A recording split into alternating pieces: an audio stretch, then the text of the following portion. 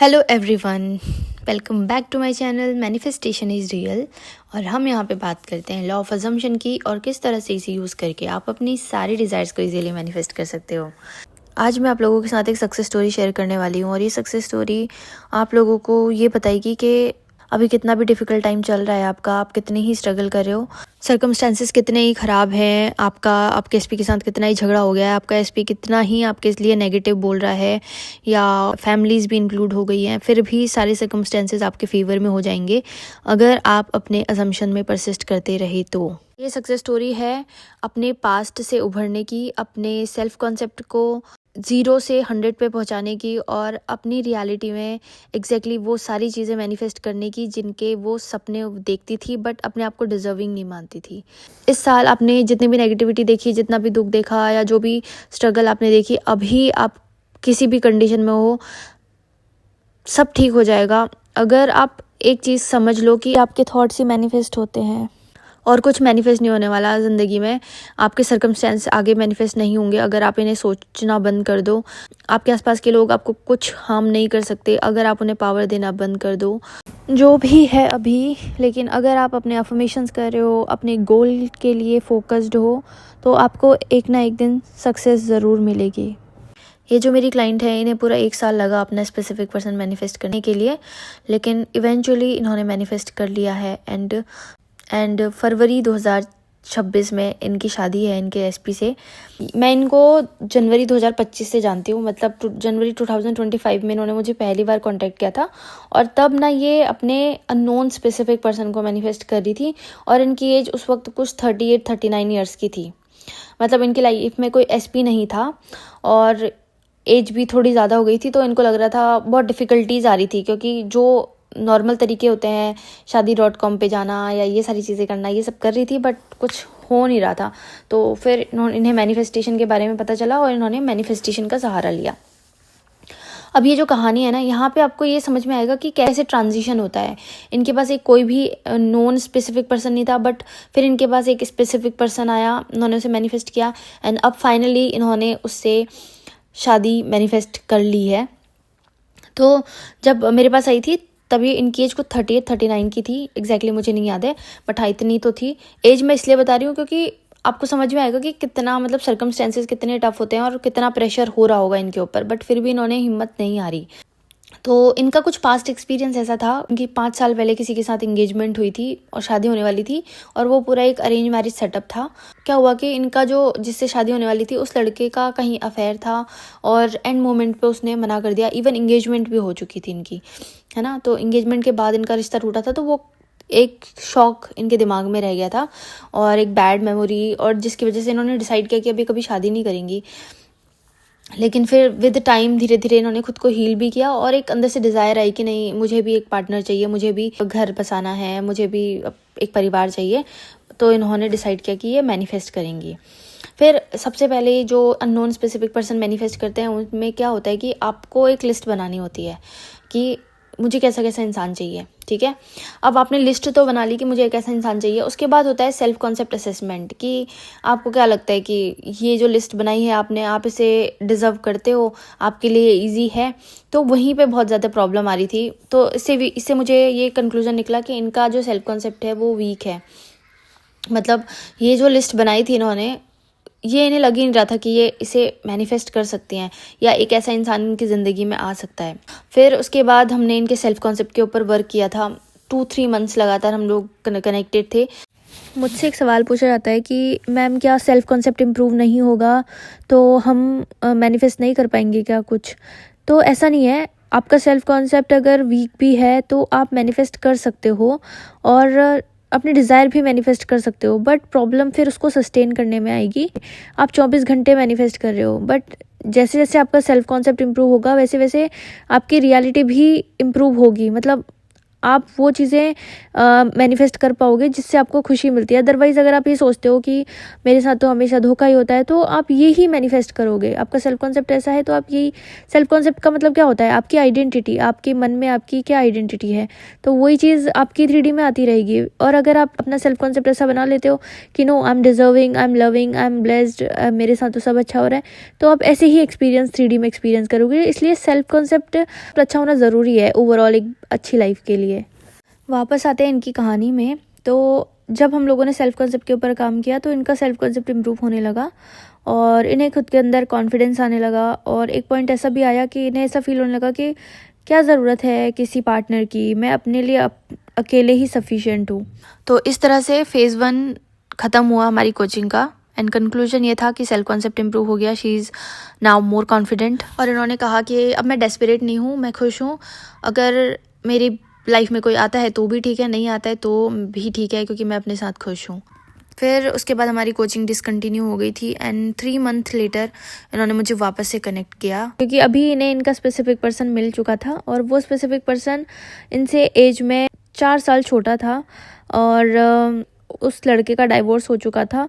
वो भी एक रिलेशनशिप ट्रॉमा में था एंड वो इनके बारे में श्योर नहीं था। मतलब ये चाहती थी कि शादी हो जाए हमारी, बट वो भी शुरुआत में इनकी रिलेशनशिप काफ़ी ठीक चली, लेकिन उसके बाद उसके जो फियर्स थे वो सामने आने लगे और वो बोलने लगा कि मुझे मैरिज के ऊपर ट्रस्ट नहीं है और मैं शायद आगे नहीं बढ़ पाऊंगा तुम्हारे साथ शादी के लिए।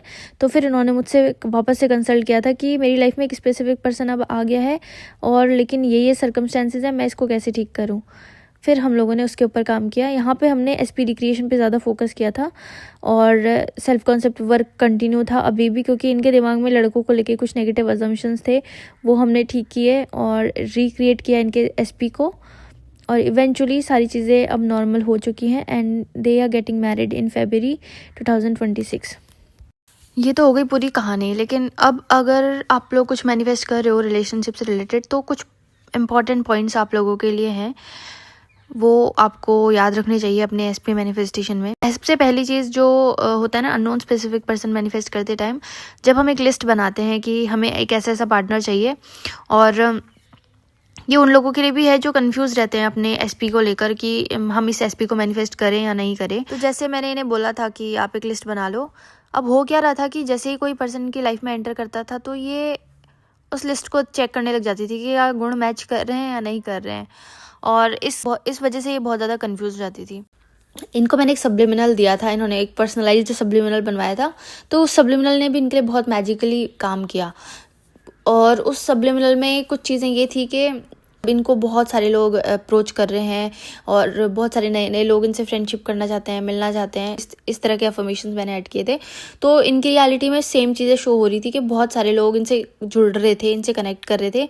और फिर जैसे ही कोई आता था ना, ये बस वो लिस्ट चेक करने लग जाती थी कि मैच कर रही है या नहीं कर रही है ना। तो फिर मैंने इनको बोला कि देखो, आपको वो लिस्ट मैच करने की ज़रूरत ही नहीं है। ये प्रॉब्लम हो रही है कि मैं मतलब मेरी लाइफ में आ बहुत लोग रहे हैं पर मुझे समझ नहीं आ रहा है कि मेरा एसपी कौन सा है, और मैं जब लिस्ट मैच कर रही हूँ तो मुझे पता ही नहीं चल रहा कि किसी के उसमें 30% मतलब मैच कर रहा है, किसी के उसमें 40%, किसी का 50%, तो 100% तो मैच किसी के इसमें भी नहीं हो रहा है और मुझे समझ ही नहीं आ रहा है कि मेरा एसपी कौन है। फिर मैंने इनको बोला कि छोड़ दो आप, क्योंकि सोलमेट मैनिफेस्टेशन है। अगर आप किसी अपने सोलमेट को मैनिफेस्ट कर रहे हो तो उस वक्त ये लिस्ट वाला गेम होता है, ठीक है। तो आपने एक लिस्ट बनाई अपने माइंड को क्लैरिटी देने के लिए, अपने सबकॉन्शियस माइंड को क्लैरिटी देने के लिए कि ये मेरी लिस्ट है और मुझे एक ऐसा ही पर्सन चाहिए। बट अगर ऐसे हम हर किसी पर्सन को मैच करते रहे तो कुछ कुछ चीज़ें तो मैच होती ही है ना, कुछ चीज़ें हर किसी के उसमें कॉमन होती हैं। तो वही हो रहा था इनके साथ। मैंने इनको बोला कि अभी इस लिस्ट को छोड़ दो, आपके सबकॉन्शियस माइंड को पता है कि आपका पार्टनर कैसा है, लीव इट। और आप सोलमेट मैनिफेस्ट कर रहे हो तो बस आंखें बंद करो और अब यही विजुअलाइज करो कि मेरी लाइफ में एक बहुत अच्छा पर्सन आ गया है जो मुझे प्रिंसेस ट्रीटमेंट देता है, जो मुझे बहुत खुश रखता है ना। तो फिर इन्होंने इस तरह से सोचना स्टार्ट किया और बस फोकस अपने सोलमेट पे ही रखा कि मुझे कैसा फील हो रहा है उस पर्सन के साथ, वो कैसा होगा नहीं, मुझे कैसा फील हो रहा है उसके साथ। हमेशा मैं बोलती हूँ कि अपनी आइडेंटिटी पे फोकस करो, अपने ऊपर फोकस करो, क्योंकि you are the operant power. आप जैसा अपने आप को बोलोगे, जैसा फील करोगे, वही रियलिटी में आने वाला है, ना कि आप बाहरी वर्ल्ड को देख के जो सोचोगे और जो अगर आप बाहरी वर्ल्ड को देख के सोचते हो तो फिर आप अपनी पावर भी डाइवर्ट कर देते हो, आप अपनी पावर ख़त्म कर देते हो। ऐसा नहीं है कि सिर्फ ये अननोन वाले ही करते हैं, जिनका नॉन स्पेसिफिक पर्सन होता है वो लोग भी यही करते हैं कि वो अफॉर्म तो कर रहे होते हैं लेकिन उनका पूरा जो ध्यान होता है ना वो बाहरी वर्ल्ड पे होता है कि उनका एसपी क्या कर रहा है, उसके एसपी के घर वाले क्या कर रहे हैं, उनके आसपास के लोग क्या कह रहे हैं, किसी ने पॉजिटिव बोल दिया तो खुश, किसी ने नेगेटिव बोल दिया तो दुखी।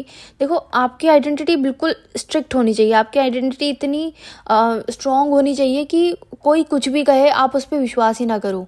आपका कन्विक्शन इतना ज़्यादा स्ट्रांग होना चाहिए आपके मैनिफेस्टेशन को लेकर कि आउटर वर्ल्ड पे बिल्कुल फोकस नहीं करना। मैंने इनको बोला कि आप बिल्कुल भी अपने आउटर वर्ल्ड पे फोकस ना करो, और ये बात हर किसी के लिए इंपॉर्टेंट है, non specific person, unknown specific person, दोनों के लिए इंपॉर्टेंट है कि आप अगर अपना एसपी को मैनिफेस्ट कर रहे हो ना, सिर्फ अपने अंदर झांको, आपके अंदर क्या चल रहा है, आप क्या सोच रहे हो, आप किस बात पे विश्वास कर पा रहे हो, किस बात पे विश्वास नहीं कर पा रहे हो, ठीक है, आप खुश हो या नहीं, सिर्फ इस बात पे फोकस करो।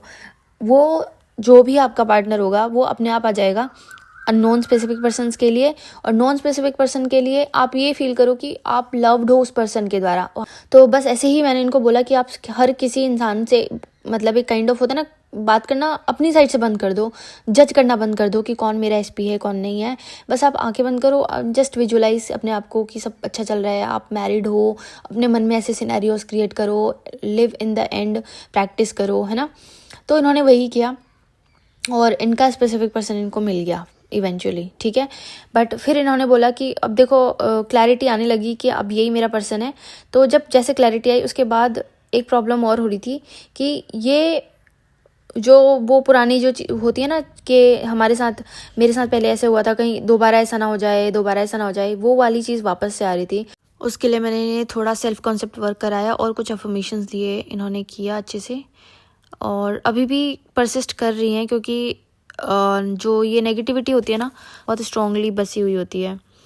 तो उसको निकालने के लिए हमें अपने सेल्फ कॉन्सेप्ट के ऊपर हमेशा काम करते रहना चाहिए, ठीक है। अपने बारे में अच्छा सोचना और अपने आप को हमेशा अप्रिशिएट करने में कोई फोर्स नहीं आना चाहिए, तो बहुत ही नेचुरल चीज़ है। जैसे हम हर सुबह उठ के अपना फेस वॉश करते हैं ना, और हर सुबह उठ के ब्रश करते हैं, वैसे ही हमें अपने बारे में हर सुबह उठ के पॉजिटिव चीज़ें बोलना चाहिए। कुछ लोग बोलते हैं मुझसे कि मैम ये सेल्फ कॉन्सेप्ट पूरी ज़िंदगी करना पड़ेगा क्या, या एसपी को रिक्रिएट पूरी ज़िंदगी करना पड़ेगा क्या। हाँ, आपको पूरी ज़िंदगी रिस्पॉन्सिबिलिटी लेनी पड़ेगी कि मैं अपने बारे में अच्छा सोचूंगी और अपनी रिलेशनशिप के बारे में अच्छा सोचूंगी, इसका कोई अल्टरनेटिव नहीं है। अगर आज आपने सब कुछ अच्छा सोच के, सब कुछ अपनी मेंटल डाइट का ध्यान रख के अच्छी चीज़ें अपनी लाइफ में मैनिफेस्ट कर ली हैं, तो अगर आप अपनी मेंटल डाइट का ध्यान ना रखो और फिर सर्कमस्टेंसेस के हिसाब से अपनी सोच बदलते रहो तो फिर आपकी लाइफ भी बदल जाएगी, है ना। तो इसलिए रिस्पॉन्सिबिलिटी तो लेनी पड़ेगी अच्छा सोचने की। एंड अगर आप लोग 2026 में अपनी मैरिज मैनिफेस्ट करना चाहते हो तो ये बहुत ही अच्छा टाइम है। रिजोल्यूशन ले लो अपना, और अपनी गोल एंड टारगेट्स डिसाइड कर लो, अपना विजन बोर्ड बना लो कि हमें 2026 में ये सारी चीज़ें चाहिए, और बस पहले ये मानना शुरू करो कि हाँ ये पॉसिबल है आपके लिए, और फिर उसमें परसिस्ट करो कि आपकी वो आइडेंटिटी है कि आपके पास ये सारी चीज़ें ऑलरेडी हैं। बस परसिस्ट करते रहो और सब कुछ अपने आप हो जाएगा। हम इस जर्नी में होते हैं तो हमें एक एक दिन बहुत भारी लग रहा होता है और हमें लग रहा होता है कि पता नहीं कब होगा शिफ्ट, कब होगा शिफ्ट। आपको नहीं पता कि नेक्स्ट मोमेंट पे शायद आपकी रियलिटी पूरी तरह से चेंज हो जाएगी। और इन्हें भी ऐसे ही लग रहा था, ये भी बहुत इनसिक्योर होती थी अपनी मैनिफेस्टेशन जर्नी में, और उनको लगता था कि पता नहीं मैं कर तो रही हूँ, होगा कि नहीं होगा, इतना टाइम से स्ट्रगल कर रही हूँ, मेरे को नहीं करनी। कभी कभी तो ऐसे गिव अप ही कर देती थी। लेकिन मैं इनको हमेशा बोलती थी कि जब आपने शुरू किया था तब आपके पास कुछ भी नहीं था, मतलब आपके पास एक स्पेसिफिक पर्सन भी नहीं था, आपको पता भी नहीं था कि आपका कोई पार्टनर है या नहीं है। कैसे ट्रांजिशन होता है देखो, जब स्टार्टिंग में ही कुछ भी नहीं था, सेल्फ कॉन्सेप्ट भी वीक था, सेल्फ कॉन्सेप्ट के ऊपर काम किया, धीरे धीरे करके चीज़ें बढ़ती गई आगे, है ना। एक हम बोलते हैं ना मोमेंट्स हमेशा हो रही हैं, माइन्यूट मोमेंट्स होती हैं, बिहाइंड द सीन चीज़ें आपके लिए ही वर्क कर रही हैं अगर आप पॉजिटिव हो तो। बस वैसे ही करती गई और हो गया अभी कंप्लीट मैनिफेस्टेशन, है ना। 1 साल दिया इन्होंने खुद को। आप लोगों को भी सजेस्ट करूँगी कि जितना भी टाइम दे रहे हो ना, पेशेंस के साथ दो। और अगर आप अच्छा सोच रहे हो अपने बारे में, आप अपनी मेंटल डाइट का ध्यान रख रहे हो, तो फिर आपको कुछ भी चिंता करने की ज़रूरत नहीं है। आपको लग सकता है कि टाइम निकल रहा है, हमारे सेंसेस को ये फील होता है कि टाइम जा रहा है, बट टाइम जाने दो, टाइम मैटर ही नहीं करता। आपकी पॉजिटिव थिंकिंग मैटर करती है आपकी लाइफ में, है ना। तो आई होप कि आज की सक्सेस स्टोरी आपको ज़रूर मोटिवेट करेगी, और अगर आप लोगों को पसंद आई हो तो please like, share and subscribe. Thank you so much for watching. Happy manifesting. I love you all. Bye bye.